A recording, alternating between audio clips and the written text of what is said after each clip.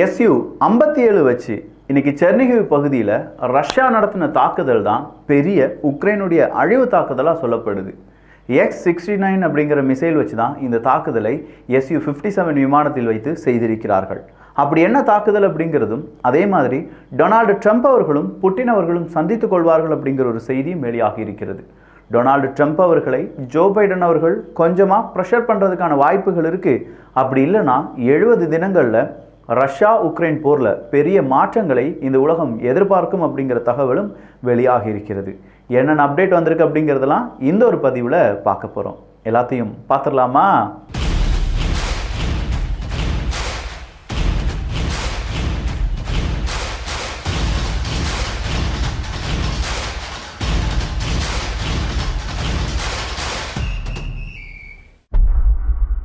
Patriot air defence system.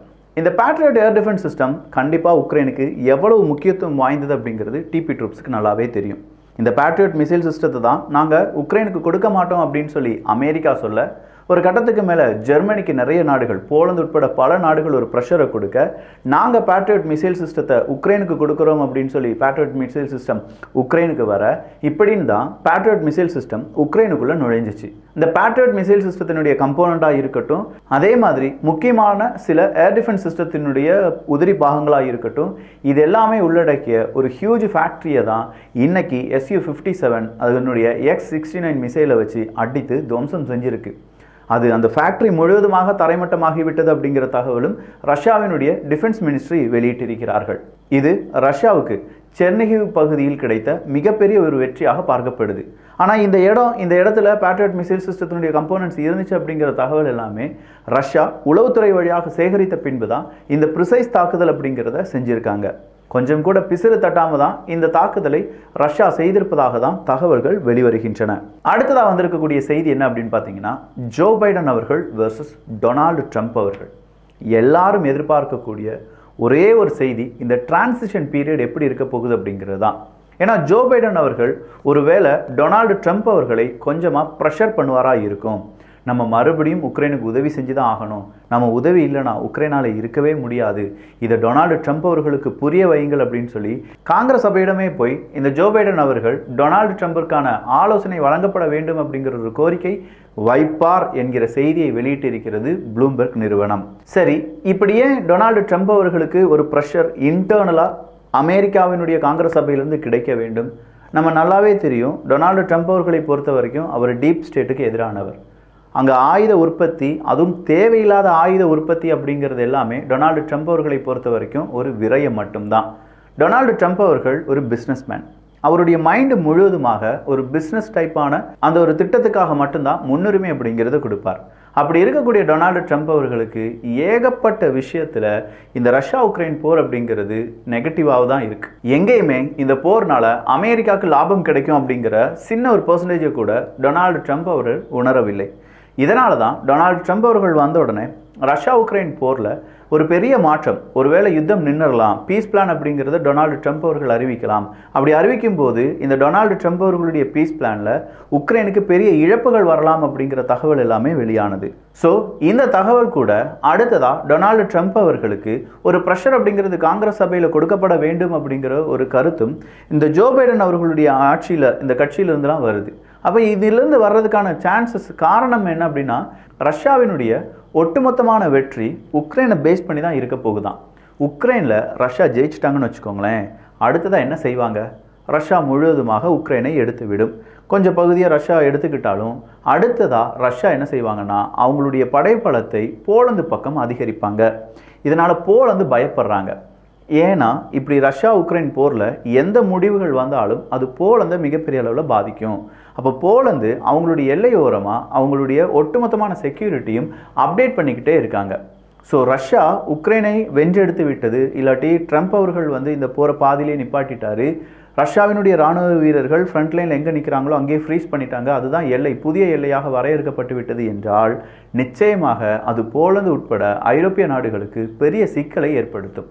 அந்த சிக்கலுக்கு ரஷ்யாவினுடைய அடுத்த கட்ட மூவ் அப்படிங்கிறது இன்னும் வழிவகுக்கும் அப்படின்னு சொல்கிறாங்க.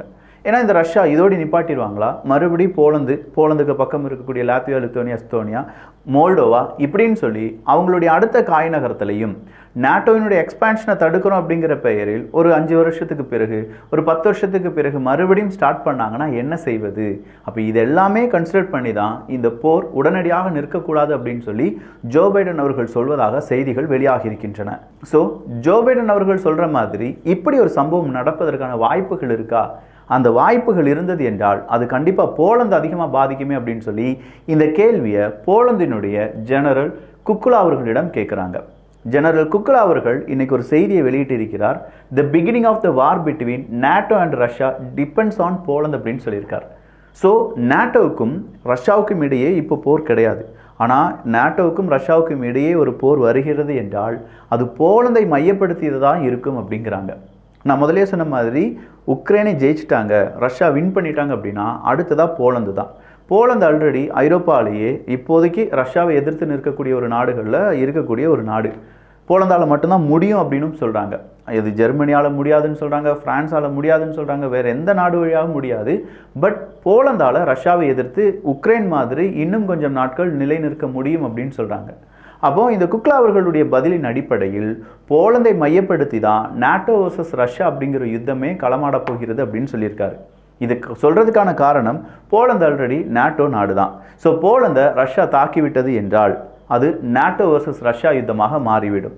இந்த ஒரு கணக்கில் தான் உக்ரைனும் ஜெலன்ஸ்கி அவர்களும் ரொம்ப நாளாக ஒரு வார்த்தையை கேட்டுகிட்டே இருந்தாங்க, எங்களையும் நாட்டோ மெம்பராக மாற்றுங்க, எங்களையும் ஐரோப்பிய ஒன்றியத்தினுடைய ஒரு மெம்பராக மாற்றுங்க அப்படின்னு சொல்லி.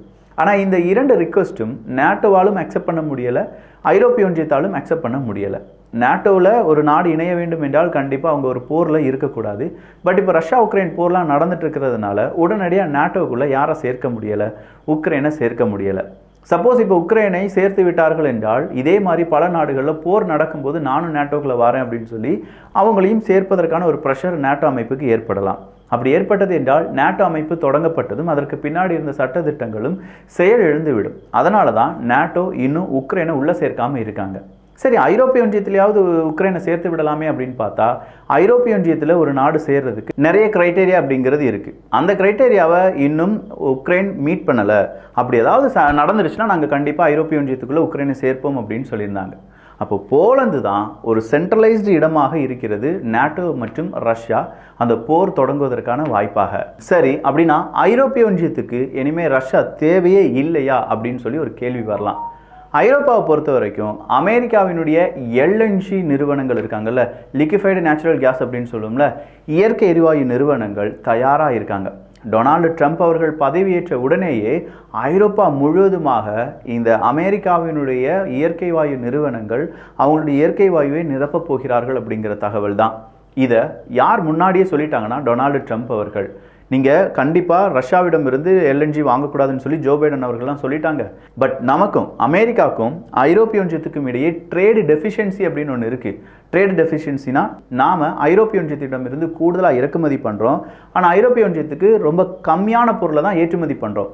இதனால் ஐரோப்பிய ஒன்றியத்துக்கு நம்ம கொடுக்க வேண்டிய தொகை ரொம்ப கூடுதலாக இருக்குது. இதை தான் ட்ரேடு டெஃபிஷியன்சி அப்படின்னு சொல்லுவாங்க. அப்போ இந்த ட்ரேடு டெஃபிஷியன்சியை நம்ம ஓவர் கம் பண்ணுறதுக்கு ஐரோப்பிய ஒன்றியத்திலேருந்து ஒரு பொருள் உள்ளே வருதா, அதுக்கு டேரிஃபை அதிகப்படுத்தலாம், இன்னும் நிறைய வரி செலுத்தலாம், வரியை போடலாம் அப்படின்னு சொல்லி கேட்டிருந்தாங்க.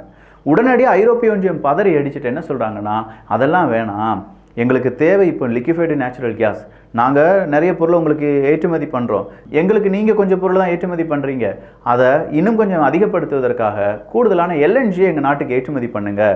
ஸோ இந்த ட்ரேடு டெஃபிஷியன்சி அப்படிங்கிறது கொஞ்சம் சமநிலைக்கு வரும், அந்த சமநிலை நம்ம 2 பேருக்குமே நல்லது தான் அப்படின்னு சொல்லியிருக்காங்க.